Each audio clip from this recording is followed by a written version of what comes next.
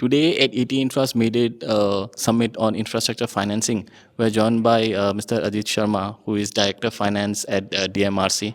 Sir, thank you very much, for your presence out here at our summit. Really appreciate, your presence and the various facets of DMRC that you articulated in your presentation, given very recently.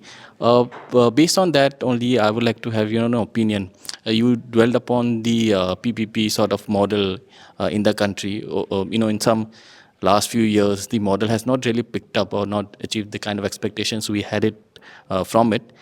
Your view going ahead, what are the ways or measures that we can take to revive the PPP framework in the country? Actually, the PPP is, as a concept, is a very good concept where the private, also brings their own efficiencies, takes certain risks which are better taken care of by the private sector vis-a-vis the government sector. But unfortunately, the the metro sector or the PPP in metro sector is we are finding it, on the basis of our experience or 4 or 5 PPP projects which we have awarded in the last 15 to 20 years. It has not been very encouraging. The primary reason what I have found is that there are delays in land acquisition, other clearances, forest clearances, even the R&R sometimes becomes an issue. So these are the issues which needs to be actually taken upfront, and these are the risks which the private sector is not in a better position. So these risks should be possibly better taken care by the government. So what I'm suggesting is that the optimum risk sharing, that is the primary uh, point from which we should start if we want to reinvigorate the PPP in the metro sector. Apart from that, there are 2 3 other issues which are related to the revenue risk, and the revenue risk actually comprises of both the fares as well as the ridership. The fare risk needs to be also taken care of in a PPP project, that there should be a regular incremental increase in the fare, and it should be very much provided in the MOU. Otherwise, it will be very difficult for the private operator to actually make their own financial assessment.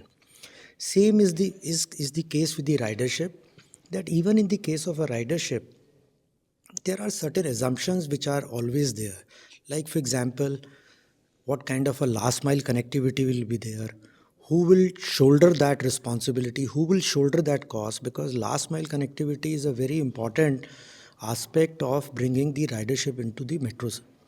Secondly, even if the last mile connectivity is available, the city development around that metro, what has been initially envisaged when the project was given on PPP, that also should move in tandem with the construction of the metros.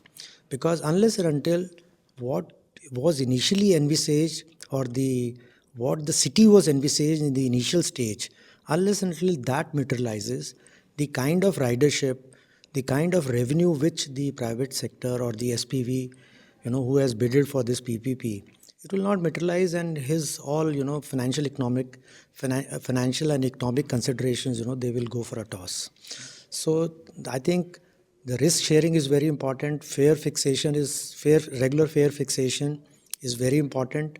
Last mile connectivity is another issue which needs to be taken care of. I think if we take care of this, I think these are the right steps to reinvigorate. These are the first steps. There are other issues also.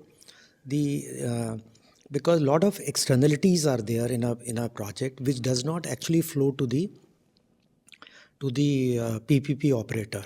So there has to be a proper mechanism that the externalities which are generated because of the investment in this infrastructure sector, rightfully some portion of that should flow back to the either as a upfront investment or a higher VGF, or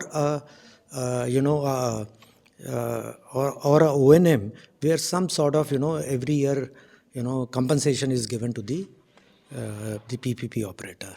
I think these are the steps if we take. I think there is a very good chance that the PPP will revive.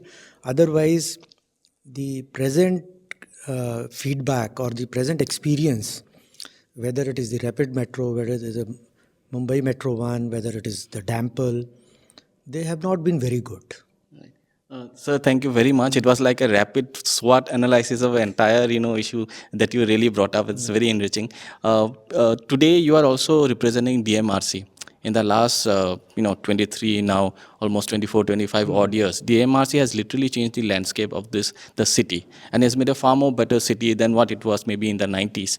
What is if you could elaborate, the current state of operation of DMRC, because expansion is still going on.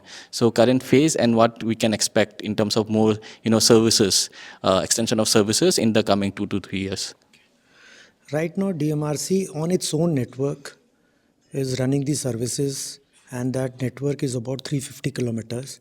Apart from that, we are doing a portion of the Noida, Greater Noida operation, as well as the rapid metro operation we are also doing. So that makes it around 392 or 93 kilometers, of operations which we are doing daily. We are carrying approximately at the peak level about 70 lakh passenger journeys on a daily basis, which is huge for a 350 or a 392 kilometer network. The right now phase 4 priority corridors, they are under construction, and in the next 2 years 65 more kilometers of priority corridor will be in operation in phases.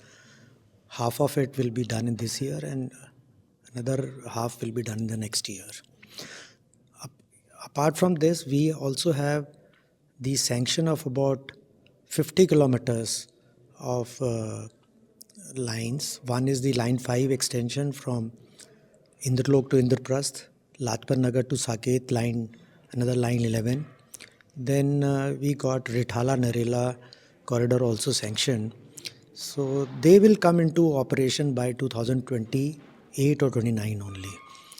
So that is the current situation. We have also projected our phase 5, which will be more than 200 kilometers.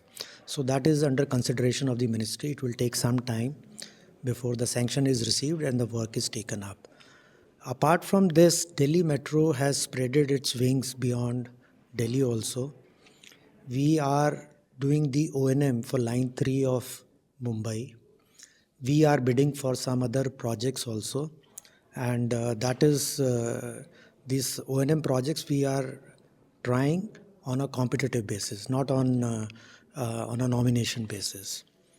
As far as the construction projects outside Delhi are concerned, we are doing Patna, about 30 kilometers in Bhubaneswar, about 10 kilometers in Jaipur, and there is a possibility of getting a large network or 2 or 3 lines even in Bombay also. And as far as the consultancy is concerned, that area we are virtually providing consultancy to every state or every metro organization also in one form or the other. There is no metro in India, where we have not participated in one way or the other, whether it is the consultancy or the construction or the O&M. And we also plan to, take up projects abroad also. We are trying for that also in joint venture with other public sector organizations. So that is rightly so, because DMRC has set the benchmark of what an ideal, mass transit network authority or an organization should be. So, sir, really appreciate, today joining us out here at ET Infra Finance Summit. It was a really pleasure talking to you. Thank you very much. Thank you, ET Infra, for giving me this opportunity. Thank you very much. Thank you.